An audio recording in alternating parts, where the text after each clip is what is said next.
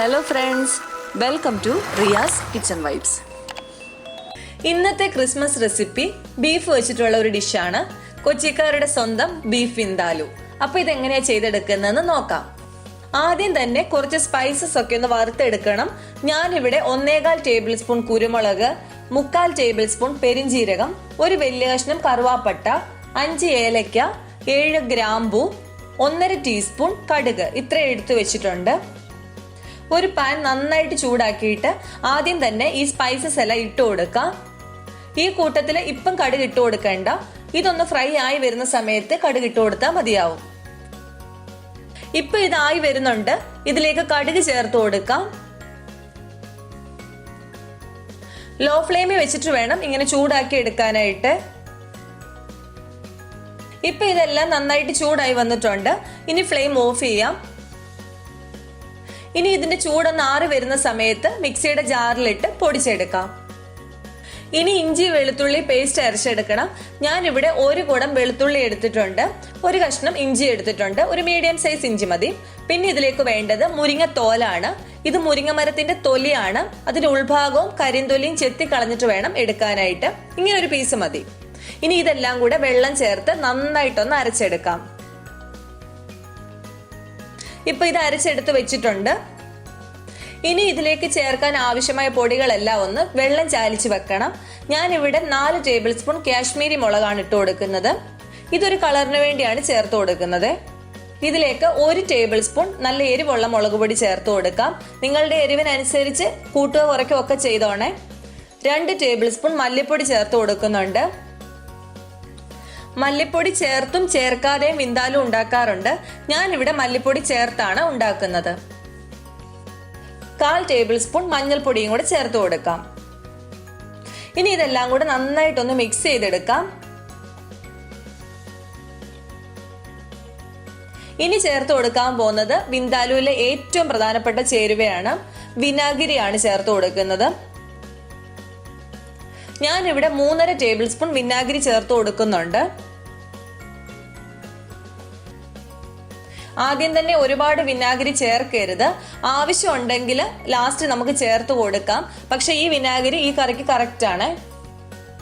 ഇതെല്ലാം കൂടെ ഒന്ന് മിക്സ് ചെയ്തെടുത്തിട്ടുണ്ട്. ഇനി ഇതിലേക്ക് ലേശം വെള്ളം കൂടെ ഒഴിച്ച് നന്നായിട്ടൊന്ന് കുഴച്ചെടുക്കാം. ഇങ്ങനെ പൊടി ചേർക്കുമ്പോൾ ഇത് കരിഞ്ഞൊന്നും പോകത്തില്ല, അല്ലെങ്കിൽ ചിലപ്പം ചൂട് കാരണം കരിഞ്ഞു പോകാൻ സാധ്യതയുണ്ട്. ഇനി ഇത് ഒരു സൈഡിലേക്ക് മാറ്റി വെക്കാം. ഇനി കറി ഉണ്ടാക്കാനായിട്ട് തുടങ്ങാം. ഞാനിവിടെ ഒരു കുക്കറിലാണ് വിന്താലു തയ്യാറാക്കാൻ പോകുന്നത്. ഇതിലേക്ക് കുറച്ച് വെളിച്ചെണ്ണ ഒഴിച്ചു കൊടുക്കാം. എണ്ണയൊന്ന് ചൂടായി വരുമ്പം ഇതിലേക്ക് സവോള അരിഞ്ഞു വെച്ചിരിക്കുന്ന ചേർത്ത് കൊടുക്കാം. 3 വലിയ സവോളയാണ് എടുത്തിരിക്കുന്നത്. 1 കൈപ്പിടി കറിവേപ്പിലയും കൂടി ഇട്ട് കൊടുക്കുന്നുണ്ട്. ഇതിലേക്ക് ആവശ്യത്തിനുള്ള ഉപ്പും കൂടെ ചേർത്ത് നന്നായിട്ടൊന്ന് വഴറ്റിയെടുക്കാം.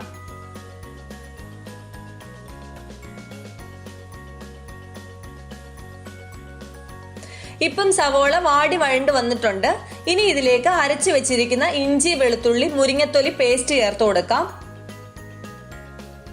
ഇത് നന്നായിട്ടൊന്ന് വഴറ്റിയെടുക്കാം. മുരിങ്ങത്തൊലി നിങ്ങൾ ഒഴിവാക്കരുത്, കിട്ടുമെങ്കിൽ തീർച്ചയായിട്ടും ഉപയോഗിക്കണം. വിന്താലുവിലെ മെയിൻ ആയിട്ടുള്ള ഒരു ഇൻഗ്രീഡിയന്റ് തന്നെയാണ് മുരിങ്ങത്തൊലി. ഇപ്പൊ ഇത് നന്നായിട്ട് വഴണ്ടൊക്കെ വന്നിട്ടുണ്ട്. ഇനി ഇതിലേക്ക് നമ്മൾ വെള്ളത്തിൽ ചാലിച്ച് വെച്ചിരിക്കുന്ന പൊടി ചേർത്ത് കൊടുക്കാം.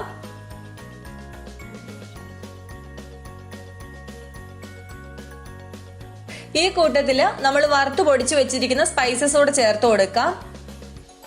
ഇനി ഇതെല്ലാം കൂടെ നന്നായിട്ടൊന്ന് വഴറ്റിയെടുക്കാം. നിങ്ങൾക്ക് വേണമെങ്കിൽ ഈ സ്പൈസസ് എല്ലാം കൂടെ ഇങ്ങനെ ചൂടാക്കി പൊടിച്ച് ചേർക്കുന്നതിന് പകരം ഗരം മസാല ചേർക്കാവുന്നതാണ്. ആ കൂട്ടത്തില് കുറച്ച് കടുകും കൂടെ ഒന്ന് ചൂടാക്കി പൊടിച്ച് ചേർക്കണമെന്നേ ഉള്ളൂ. ഇപ്പൊ ഈ മസാലയുടെ പച്ചമണം എല്ലാം മാറി നന്നായിട്ടായി വന്നിട്ടുണ്ട്. ഇനി ഇതിലേക്ക് ബീഫ് ചേർത്ത് കൊടുക്കാം. ഞാനിവിടെ 1 കിലോ ബീഫാണ് എടുത്തിരിക്കുന്നത്. സാധാരണ വിന്താലുവിന് ചേർക്കുന്ന കഷ്ണങ്ങൾ ഇച്ചിരി വലുതായിരിക്കും. ഞാനിവിടെ ഒരു മീഡിയം സൈസ് കഷ്ണങ്ങളായിട്ടാണ് എടുത്തേക്കുന്നത്. അത്രയും വലുപ്പത്തിൽ എടുത്തു കഴിഞ്ഞാൽ കുട്ടികൾ കഴിക്കത്തില്ല, അവർക്ക് ഇഷ്ടപ്പെടത്തില്ല.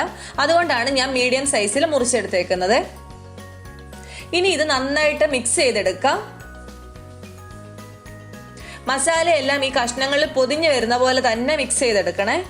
ബീഫ് വേവിക്കാനായിട്ട് വെള്ളം ഒഴിച്ചു കൊടുക്കാറില്ല, പക്ഷെ ഇവിടെ ഞാൻ ഒരു ലേശം വെള്ളം ഒഴിച്ചു കൊടുക്കുന്നുണ്ട്. ഒരു 1/4 ഗ്ലാസ്സിലും താഴെ ഒഴിച്ചിട്ടുള്ളൂ. ഇനി ഇത് അടച്ചു വെച്ച് വേവിച്ചെടുക്കണം. ഇവിടെ കിട്ടുന്ന ബീഫിന്റെ വേവ് അനുസരിച്ച് ഞാനിവിടെ 3 വിസിലാണ് കൊടുക്കുന്നത്. ആദ്യത്തെ വിസില് ഹൈ ഫ്ലെയിമിലും 2 വിസില് ലോ ഫ്ലെയിമിലുമാണ് കൊടുക്കുന്നത്. കുക്കറിന്റെയും കിട്ടുന്ന ഇറച്ചിയുടെയും ഒക്കെ അനുസരിച്ച് ഇതിൽ വ്യത്യാസം വരും. അത് നിങ്ങൾ നോക്കി ചെയ്തോണേ. 3 വിസിൽ കഴിഞ്ഞ് കുറച്ച് സമയം വെയിറ്റ് ചെയ്തിരുന്നു. ഇപ്പം പ്രഷർ എല്ലാം പോയിട്ടുണ്ട്. ഇനി ഇതൊന്ന് തുറന്നു നോക്കാം. ബീഫൊക്കെ നന്നായിട്ട് വെന്ത് വന്നിട്ടുണ്ട്. ആ ചാറൊക്കെ ആണെങ്കിലും നന്നായിട്ട് കുറുകി കഷ്ണങ്ങളിലെല്ലാം പിടിച്ചിട്ടുണ്ട്. ഇപ്പൊ അടിപൊളിയായിട്ടുള്ള ബീഫ് വിന്താലു റെഡി ആയിട്ടുണ്ട്. ഇച്ചിരി വലിയ കഷ്ണങ്ങളാണെങ്കിൽ കാണാൻ നല്ല ലുക്കാണ്. പക്ഷേ കുട്ടികൾ കൂടെ ഒക്കെ കഴിക്കേണ്ടതായതുകൊണ്ടാണ് ഞാൻ അങ്ങനെ ചെയ്യാഞ്ഞത്. നിങ്ങൾ ചെയ്യുന്ന സമയത്ത് വലിയ കഷ്ണങ്ങളായിട്ട് മുറിച്ചെടുത്ത് ചെയ്യുക കേട്ടോ. പുളിയും ഉപ്പും ഒക്കെ കറക്റ്റ് ആണ്. നിങ്ങൾക്ക് പുളി കുറഞ്ഞു പോയെന്ന് തോന്നുവാണെങ്കിൽ ഈ സമയത്ത് വിനാഗിരി ഒഴിച്ചു കൊടുക്കാം. പക്ഷെ ഇത് കറക്റ്റ് അളവാണ്. വിന്താലു ഉണ്ടാക്കി വെച്ചിട്ട് പിറ്റേ ദിവസം കഴിക്കുമ്പോഴാണ് അതിന്റെ കറക്റ്റ് ആയിട്ടുള്ള ടേസ്റ്റ് അറിയാൻ പറ്റുന്നത്. ഇതിൽ മല്ലിപ്പൊടി ചേർത്തിട്ടുള്ളതുകൊണ്ട് നിങ്ങൾ പിറ്റേ ദിവസത്തേക്ക് വെക്കുവാണെങ്കിൽ ഫ്രിഡ്ജിൽ തന്നെ വെക്കണേ. അപ്പൊ ഈ ക്രിസ്മസിന് തയ്യാറാക്കാൻ പറ്റുന്ന ഒരു അടിപൊളി ബീഫ് കൊണ്ടുള്ള ഡിഷാണ്. കോട്ടയം സ്റ്റൈലിലുള്ള beef fry, beef roast, beef curry എല്ലാം നമ്മളുടെ ചാനലിൽ വീഡിയോ അപ്ലോഡ് ചെയ്തിട്ടുണ്ട്. എന്നാൽ ഇത് അതിൽ നിന്നൊക്കെ ഒരു ഡിഫറെന്റ് ആയിട്ടൊരു ടേസ്റ്റ് ആണ്. പക്ഷെ എല്ലാവർക്കും ഇഷ്ടപ്പെടും. അപ്പൊ ഈ ക്രിസ്മസിന് ഇതൊന്ന് ട്രൈ ചെയ്ത് നോക്ക്. അപ്പത്തിന്റെ കൂടെയും ചോറിന്റെ കൂടെയും ഒക്കെ സൂപ്പറാണ്. ട്രൈ ചെയ്തിട്ട് ഫീഡ്ബാക്ക് കൂടെ അറിയിക്കണേ. അപ്പോൾ ഇന്നത്തെ റെസിപ്പി എല്ലാവർക്കും ഇഷ്ടമായെന്ന് വിചാരിക്കുന്നു. ഇഷ്ടമായെങ്കിൽ ലൈക്ക് ചെയ്യുക, കമൻറ്റ് ചെയ്യുക, ഷെയർ ചെയ്യുക. പിന്നെ നമ്മളുടെ ചാനൽ ആരെങ്കിലും സബ്സ്ക്രൈബ് ചെയ്തിട്ടില്ലെങ്കിൽ പ്ലീസ് സബ്സ്ക്രൈബ്. ഇനി ഒരു അടിപൊളി ഡിഷുമായിട്ട് നമുക്ക് കാണാം. Thanks for watching.